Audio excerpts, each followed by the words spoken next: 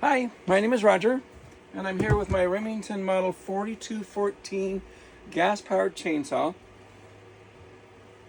The centrifugal clutch that keeps the chain from moving when it's just idling has a spring. That spring broke, so we're going to replace the clutch.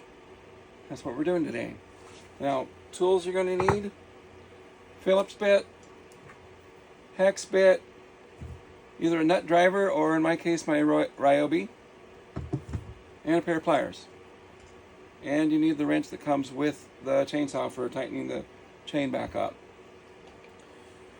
Okay, so these two nuts hold the bar in place. They also hold this cover. So the first thing we're doing is loosening them.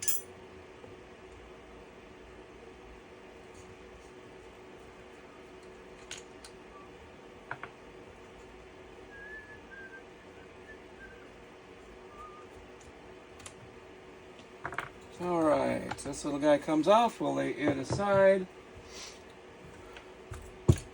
Now we're going to take the bar off, which now slips back and forth. Slip it in, take the chain loose, remove the chain from over the sprocket, lay it out nicely, so otherwise it can get twisted. Set your bar aside. Now we're going to go to the other side. Well, actually, I'm going to start with the handle. The handle has to come off.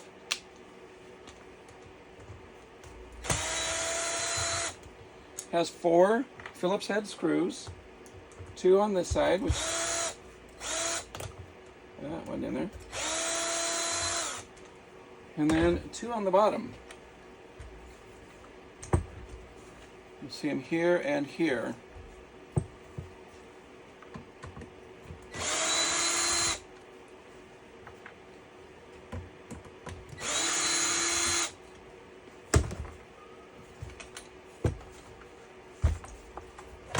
Pop it out on this end, and off she comes. Now, next.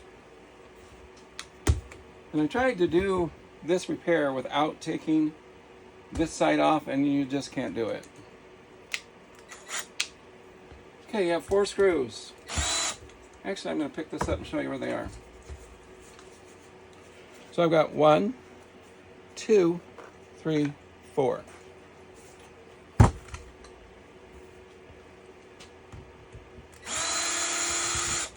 Now, when you're using a like your cordless screwdriver, it has tension settings here. You don't want that real high, but you don't want it real low either, because you don't want it so high that it's going to possibly strip the bolts out when you put it back in. But you also want it high enough that it does snug down the bolts correctly.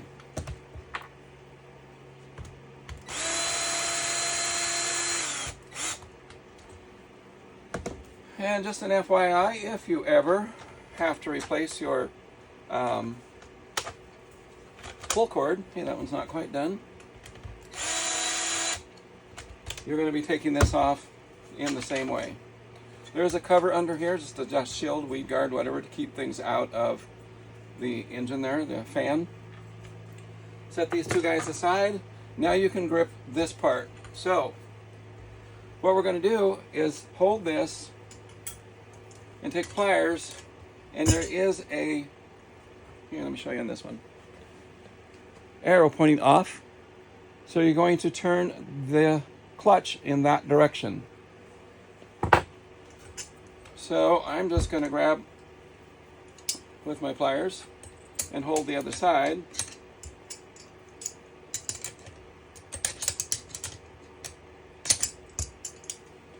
Somehow I'm going to grab with my pliers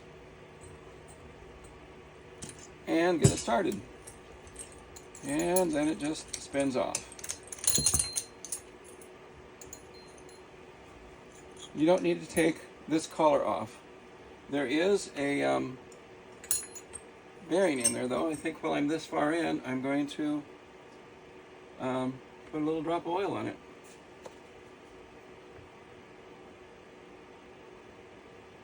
There we go. Okay.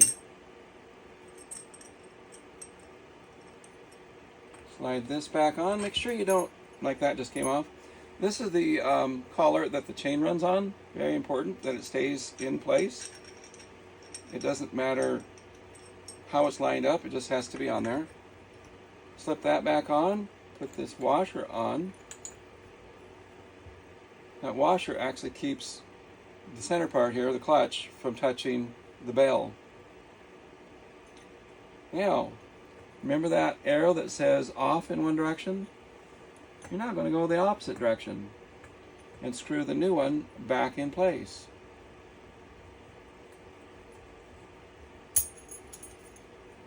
And screw that till it's tight. Grab the other side and tighten a little bit more. And I actually take my pliers and just snug it down with them. The direction it goes, it doesn't want to come off, but it's good to have a snug. Now we're going to reverse it. We're going to put everything back together. All I have to do is remember what order that was. Don't forget your dust shield. I did the first time I tried this. I've had this off before, not for the same reason.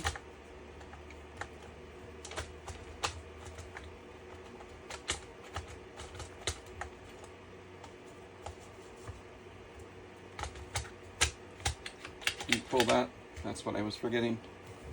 Pull that a little bit and it moves around so it'll fit down where it's supposed to go.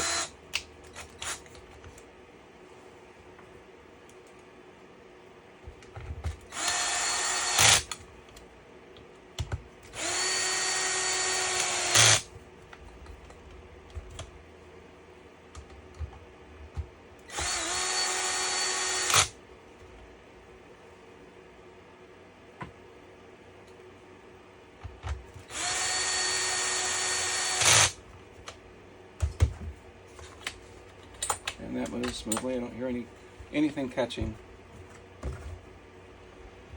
Okay. I'm gonna put the bar back on. Get the chain. Slip it on. So I start going over the collar or the bell and getting into that collar behind the bell. You gotta lay it in the track in the bar. Now, we're going to put this little guy back on.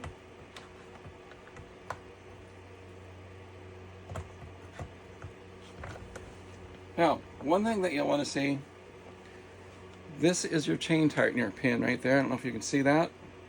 It has to line up with a hole here in the bar on the bottom, and it never lines up correctly. So you always have to loosen the chain.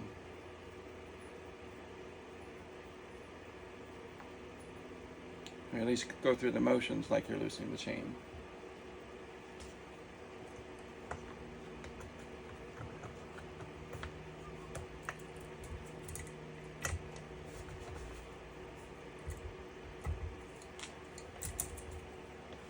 There we go. Saw that slip in a little further. Oh, you know what I've forgotten? Where I can put this on. Hard to use without a handle.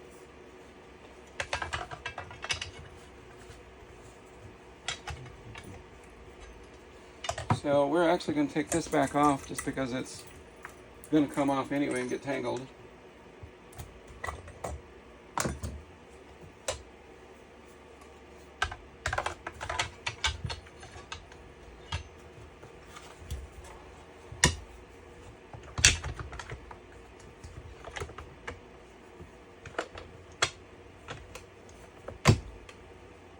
There we go. And switch bits, go to my Phillips.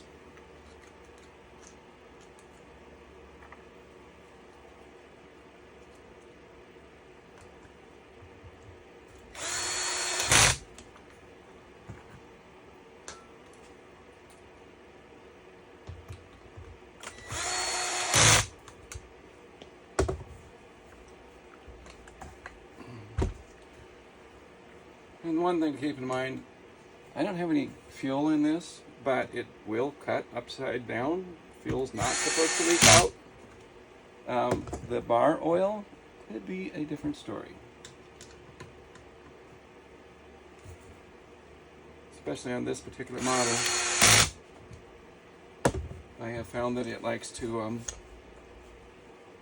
leak out.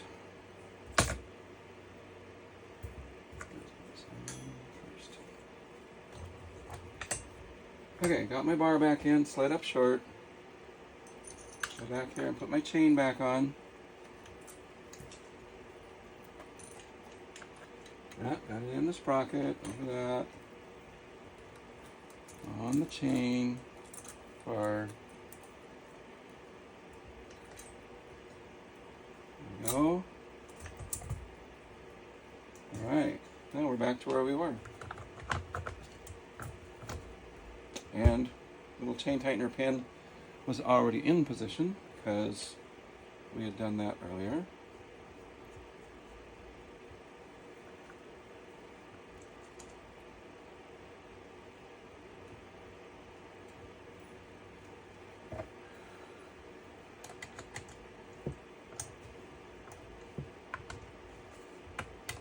Now, in case you're wondering, I'm not actually a mechanic. I mean, I have worked on power tools for Synco fastening systems, and I've always done my own repairs. Just want you to know that you don't have to be a mechanic. Okay, now we need to tighten this up. So I have to figure out which direction's the right way. You'll see the chain. Yep, see how it's starting to come up? You got to make sure that it's in its track though. And that is, you want just a little bit of play left. Okay. Then you come up here and tighten these guys down. Snug plus a little. So you don't want it so that you can't take that off when you're out working, because you might need to tighten the chain while you're working. Okay, so there it is. Let's see if it'll start.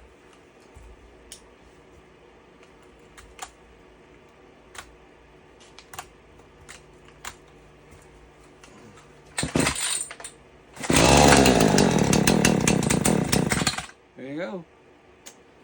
Okay, and so you notice the chain didn't turn. Before this clutch was on there, it would have turned immediately. So, successful repair. On to the next one. Have a good day.